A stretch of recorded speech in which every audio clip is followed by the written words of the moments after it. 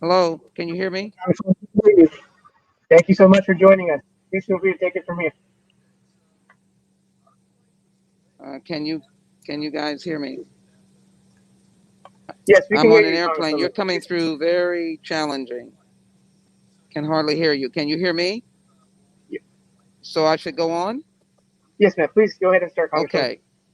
Well, as you can see, I'm in one of these vessels called the airplane, but I did not want to miss Inca.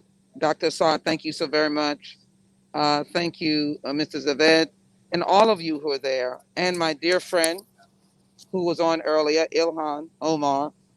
We are collaborators and working together on many issues. And of course, we are officers in the Congressional Progressive Caucus. But what that really means for a diverse America is that we believe everyone should be heard and everyone's voice should be heard. I have to thank you for the powerful voice of Muslims in the recent election. You absolutely made a difference, and your voices should be heard as we move into the 117th Congress and, of course, 2021. I'm a senior member of the House Judiciary Committee and a senior member on the Homeland Security Committee and Budget. Much of the work that's being done comes under our Budget Committee, and we work together. But I think one of the important strides that has to be overcome is racial injustice and structural racism. It impacts us all, from the Muslim ban to the various enhanced immigration policies that we had to suffer through the past administration. I believe that one of the first starts will be under my committee and judiciary as well. Homeland Security and Judiciary is a real comprehensive immigration policy that is fair to all countries. Then, of course, I think it is important that we eliminate completely the Muslim ban and particularly begin to work more strongly as a co-chair, as a chair and a founder of the Pakistan caucus. I want us to be working strongly with Pakistan. I certainly want the administration to engage with Pakistan and Muslims around the world.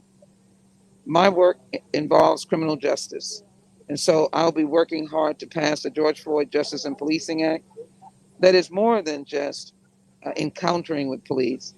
It is talking about police and community and reimagining and dealing with giving the citizen respect and as well making sure that police have skills and have the resources, but the community can design a public safety structure. At the same time, it ends racial profiling, which confronts Muslims and others alike. It also encourages and it emphasizes some of the tactics that shouldn't be used, like chokehold and no-knock warrants. We could see that recently with the terrible situation that happened to a black woman in Chicago who suffered a no-knock warrant.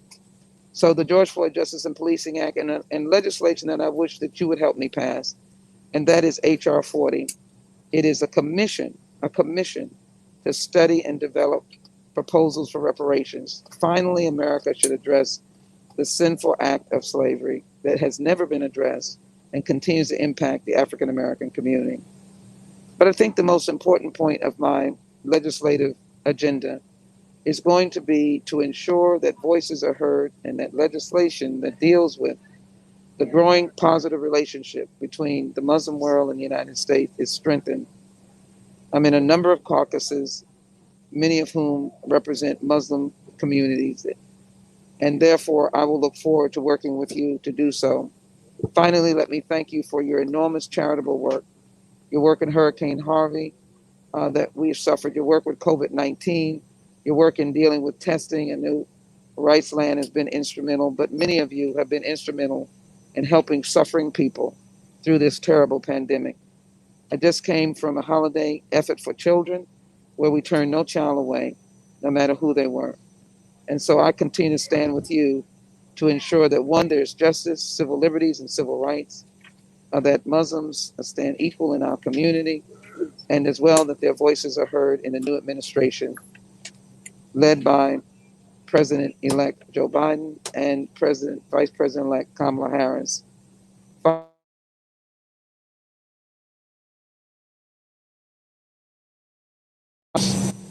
was a turn in American history that we want to make history. I think America is better than that, and I think we'll show that in the coming years. Please count on me working and collaborating with my friend to engage in legislation that'll be constructive, eye-opening, and fair and just in a fair and just nation.